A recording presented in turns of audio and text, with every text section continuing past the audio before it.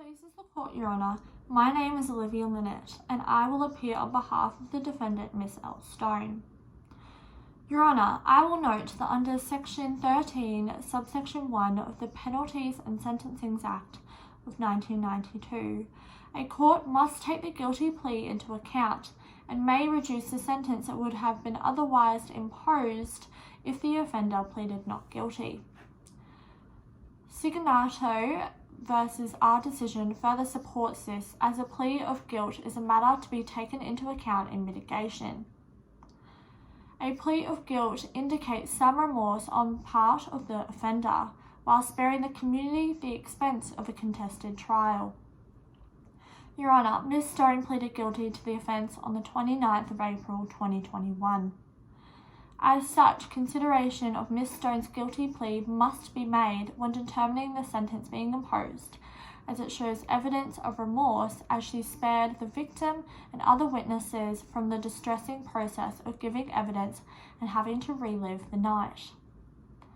Furthermore, through Ms. Stone entering a plea of guilty prior to the presentation of indictment, and thus sparing the expense of a trial, it shows her compliance and willingness to be pragmatic. Your Honour, as per the case of R v Thompson, offenders who indicate their intention to plead guilty at an earlier time will attract a larger discount. Thus, Ms. Stone surrendered to police the day following her offence is an important mitigating factor to be considered. By entering a plea of guilty prior to the presentation of indictment, through surrendering herself soon after the offence, Ms. Stone has indicated the acceptance of responsibility for her actions and willingness to facilitate the justice system. Hence, I therefore submit that Ms. Stone warrants the full benefit of discount available. Your Honour, under Section 13 A, cooperation with law enforcement authorities is to be taken into account when sentencing an offender. As such, Ms. Stone's surrender to the police and compliance with all conditions whilst on bail for the offence should be considered as a mitigating factor to reduce the sentence or punishment to be imposed.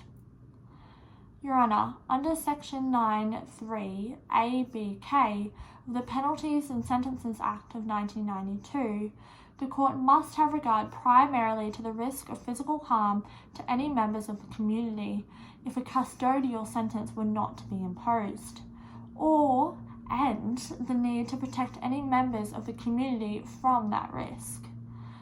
Despite her offence, Ms. Stone does not pose a risk to the community, as the attack of her ex-de facto partner is not a reflection of violent tendencies, merely a result of at least 3 years of recurrent emotional and physical abuse from the victim. Therefore, indicating that Ms. Stone does not impose a risk of physical harm to the community, nor is there any need to protect any members from such society from the risk. The circumstances of the offence are also to be considered when sentencing under Section 9, subsection 3d. Despite the original injuries, the victim's life was to be saved with no ongoing health issues, of which Ms. Stone was relieved to discover. Therefore, this demonstrates Ms. Stone's compassion, and as such, consideration should be made by the Court when determining the appropriate sentence. Subsection G stipulates that court must have regard for past offences.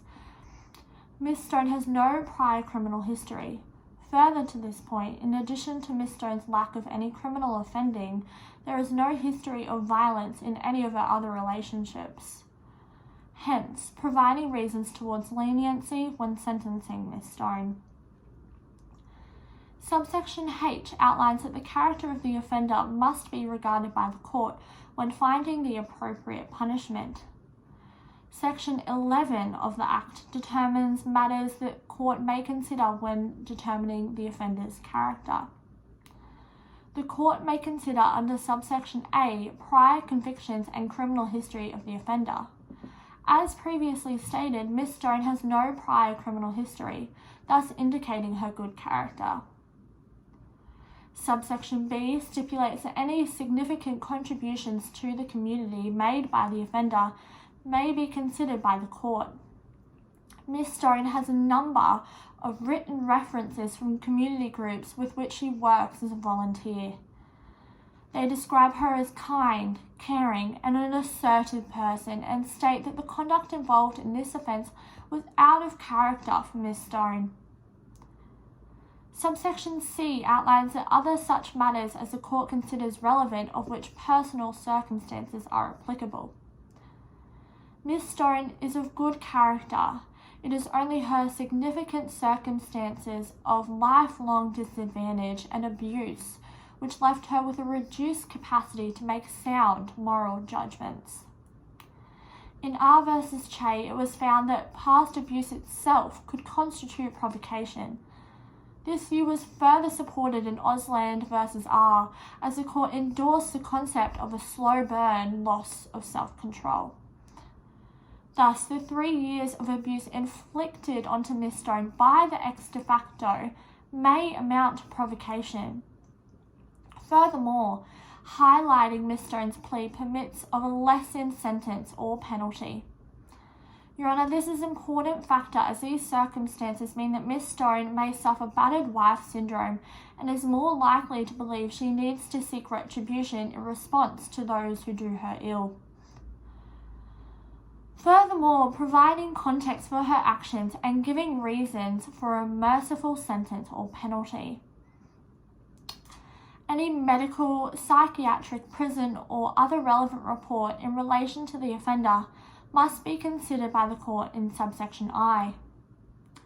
Miss Stone's unfortunate circumstances and lack of family support in her childhood was reported as a catalyst when compared with alcoholism and 3 years of emotional and physical abuse from her ex de facto.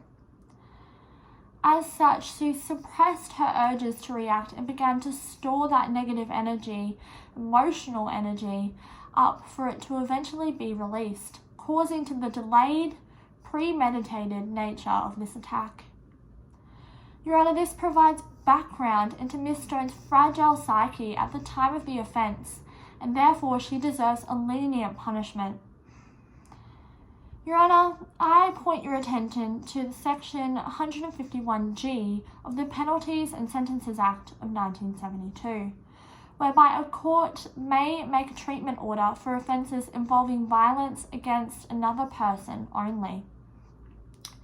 Miss Stone's alcoholism, abuse, and disadvantaged childhood is an indicator for her need for treatment to be rehabilitated and become a functioning member of society. As such, I submit that a treatment order would be appropriate. Your Honour, I note that Miss Stone is willing to comply with any order that the court imposes.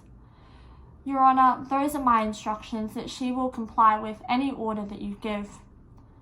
Unless there is anything further, Your Honour, that concludes my submission in respect of sentence.